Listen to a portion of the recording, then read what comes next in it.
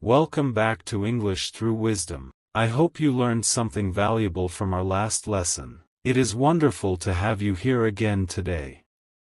The horse was gone before sunrise, and by noon, half the village had already decided what his life was about to become. They stood at the edge of his field, shaking their heads, already grieving something that had not yet finished happening. He watched them with the same quiet face he wore every single day of his life, and when they asked him how he could possibly stay so calm, he gave them an answer that would follow him for the rest of his years. Maybe, maybe not.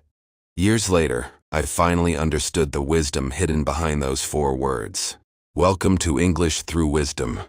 Here we learn English through powerful stories, timeless lessons, and wisdom carried across generations and cultures. Today, we travel to a quiet village on China's northern frontier to meet a farmer whose calm response to chaos would outlive him by thousands of years. On the northern frontier of China, where the wind never really stopped and the mountains stood close enough to touch the sky, there lived an old farmer and his only son. They were not rich. Their house had 2 rooms, a low wooden fence, and a small stretch of dry farmland that gave just enough to survive the winter. But the old man owned one thing that made the neighbors quietly jealous, something none of them could quite name. It was not money. It was not luck. It was a strange, unshakable stillness that never seemed to leave him, no matter what happened at his door. His son was the opposite in every visible way.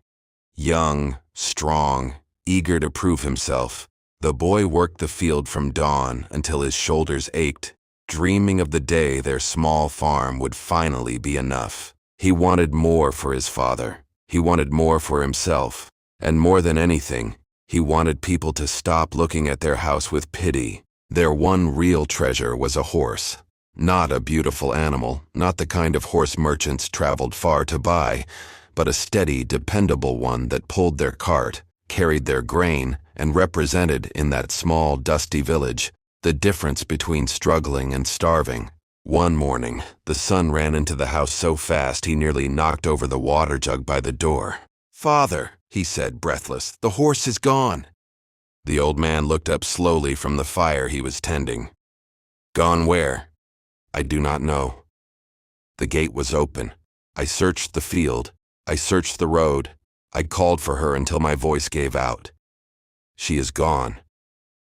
Within the hour, neighbors had gathered outside their fence, the way people do when misfortune finally lands on someone else's house instead of their own. They spoke in low voices, the kind reserved for funerals. "Such terrible luck," said one woman, wringing her hands. "That horse was everything to them."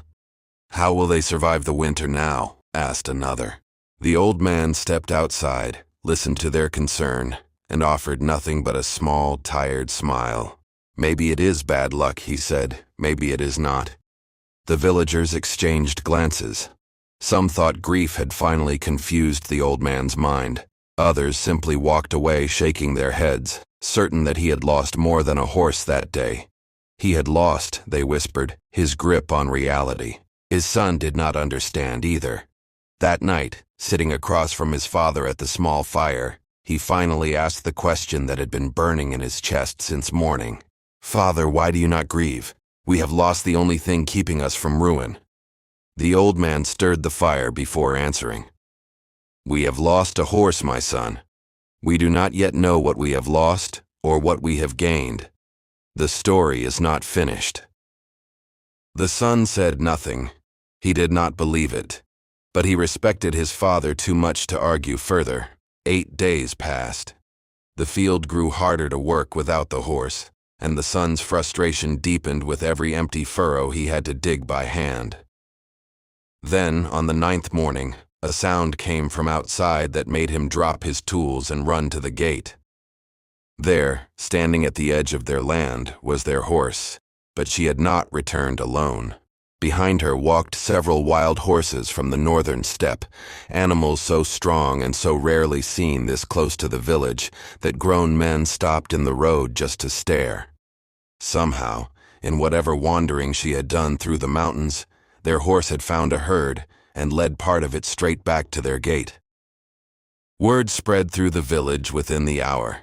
Neighbors who had shaken their heads in pity 8 days earlier now stood at the same fence, this time in open amazement. "What incredible fortune," one man said, running his hand along the neck of one of the wild horses. "You will be the wealthiest family in this village within a year." The son could not stop smiling.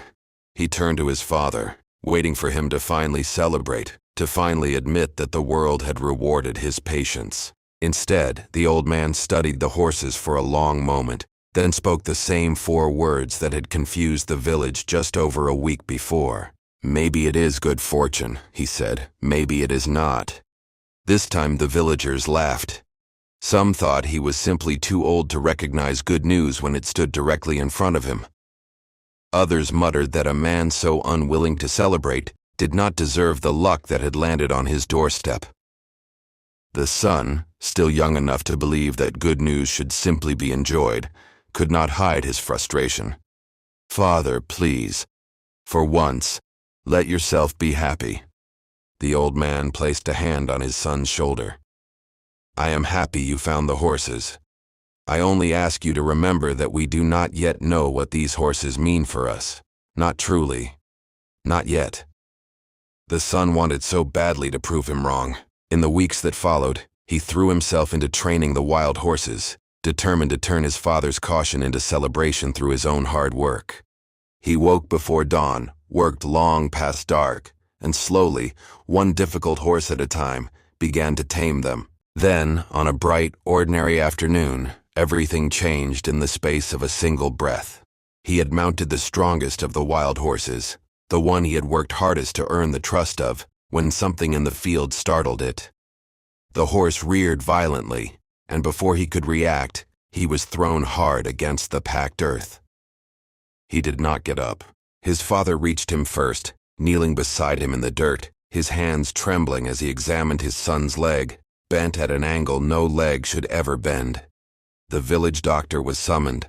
The bone was set as well as it could be, but the verdict was final and impossible to soften. His son would walk again. He would never walk without a limp for the rest of his life.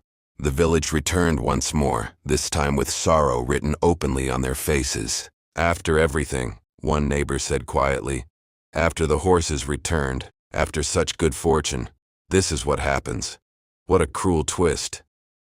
The old man sat beside his son's bed that night, watching him sleep through the pain, and when the same neighbor asked him softly what he now believed about fortune and misfortune, he gave, for the 3rd time, the only honest answer he had ever known how to give. "Maybe it is misfortune," he whispered. "Maybe it is not." This time, even the patient among them lost their patience. A young farmer, close in age to the injured son, spoke what many were now thinking. "With respect, old man, at what point will you simply accept what is right in front of you? Your son is broken. There is no maybe left in that."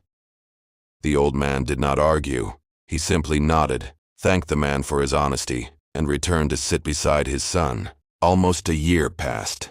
The boy's leg healed as much as it ever would, leaving him with a permanent limp and a slower, careful way of walking that marked him as different from every other young man in the village. He rarely complained.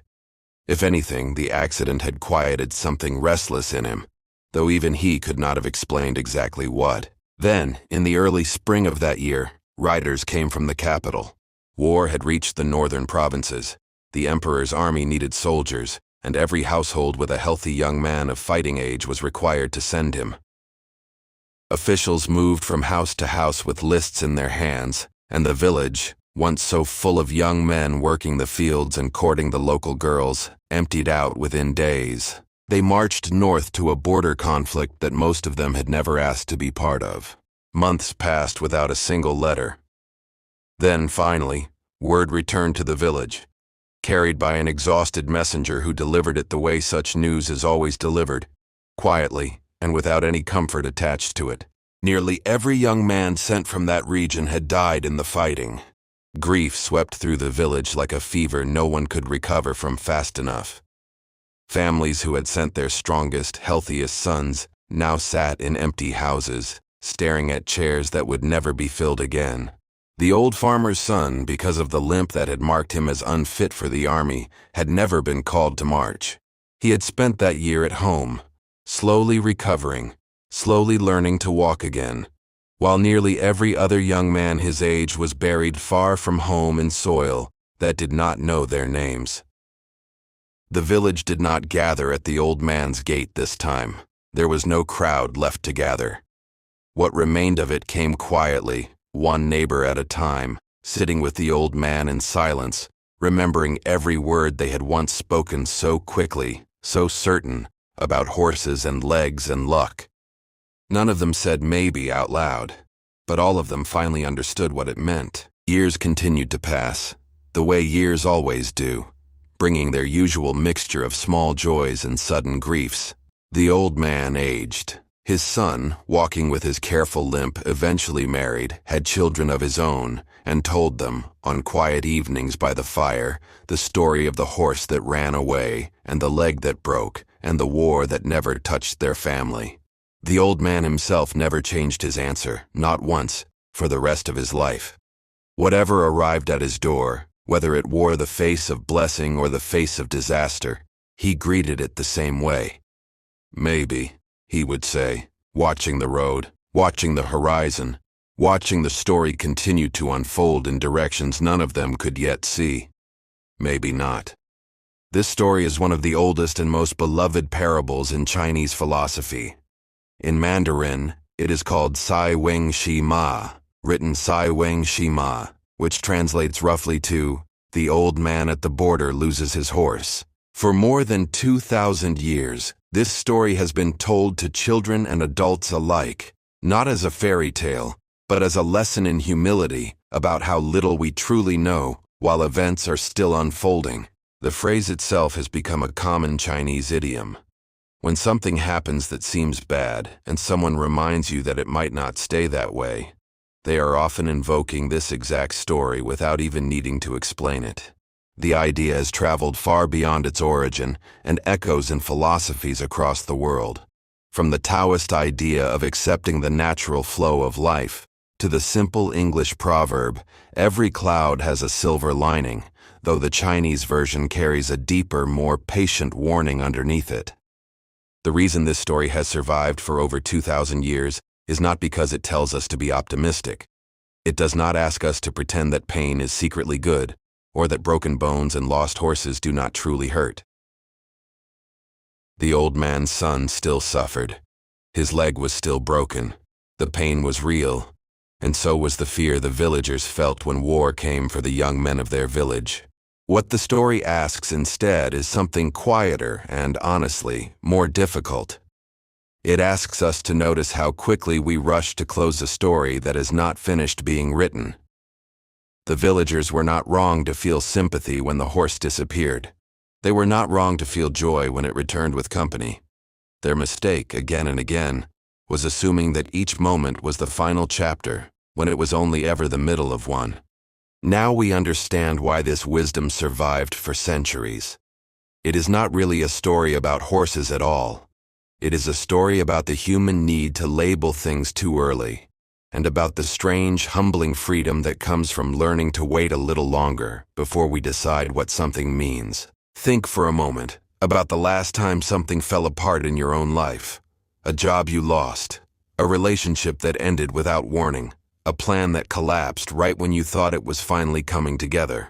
In that moment, did it feel final? Did it feel like the whole story, rather than a single difficult chapter inside a much longer one? Have you ever judged a situation too quickly, only to look back years later and realize it quietly became the reason something better happened? Maybe a job you were devastated to lose forced you into a career you now love. Maybe a relationship that broke your heart made space for one that actually fit. And on the other side, have you ever judged someone else too quickly, the way the villagers judged the old farmer? Called someone foolish or naive, or simply wrong because their reaction did not match what you expected in the moment? This story does not ask you to stop feeling. The old man never once pretended the pain of his son's injury was not real. What it asks is something smaller and more honest, a willingness to hold your judgment a little more loosely, to leave a small door open for the possibility that you do not yet have the full picture. What would you do if you were standing at that fence, watching the horse disappear into the mountains? Would you be able to say those same 4 words and mean them? Here are 12 useful words from today's story, chosen because you will hear and use them often in everyday English conversation. Frontier, meaning the edge of a country or region, often a remote or undeveloped area. Example: the soldiers were stationed near the frontier, far from the capital. Steady, meaning reliable, calm, and not likely to change suddenly. Example: she has always been the steady one in our family, calm even during a crisis. Dependable, meaning someone or something you can trust to always do what is expected. Example: he is the most dependable coworker I have, always on time and always prepared. Grief, meaning deep sadness usually caused by loss. Example: the whole town shared in her grief after the accident. Breathless, meaning unable to breathe normally, often from running or strong emotion. Example: she arrived breathless after sprinting the last 2 blocks to the station. Verdict, meaning a final decision or judgment, especially after careful consideration. Example: the doctor's verdict was clear. He needed complete rest for a month. Reared, meaning when an animal, especially a horse, rises up suddenly on its back legs. Example: the horse reared in fear when the thunder cracked overhead. Limp, meaning to walk unevenly, usually because of an injury to the leg or foot. Example: years after the injury, he still walked with a slight limp. Restless, meaning unable to stay still or relax, often because of worry or excess energy.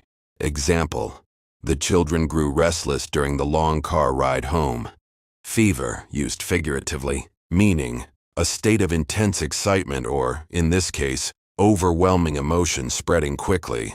Example: panic spread through the office like a fever after the announcement. Humbling, meaning an experience that makes you feel more modest and less certain of your own importance. Example: losing that competition was humbling, but it taught me more than winning ever could. Unfold, meaning to gradually develop or become clear over time. Example: we watched the events unfold over several weeks before we finally understood what had happened. Repeat this short passage aloud, matching the rhythm and emotion of natural spoken English. The old man sat beside his son's bed that night, watching him sleep through the pain, and when the same neighbor asked him softly what he now believed about fortune and misfortune, he gave, for the 3rd time, the only honest answer he had ever known how to give. "Maybe it is misfortune," he whispered. "Maybe it is not." Try saying it slowly first, then a little faster, paying close attention to the pauses. Notice how the emotion of the sentence changes depending on where you place the stress. A farmer lost a horse, gained a herd, watched his son fall, and quietly avoided a war, all without ever once claiming to understand what any of it truly meant. Along the way, we picked up new English words, practiced natural rhythm through shadowing, and borrowed a 2,000-year-old habit of patience that still applies to every hard morning any of us will ever face. Keep learning English, keep discovering stories, and keep collecting wisdom from around the world. If you enjoyed learning English through this ancient saying, don't forget to like, subscribe, and share this video with someone who might need this wisdom today. Until next time, keep learning English and keep collecting wisdom from around the world.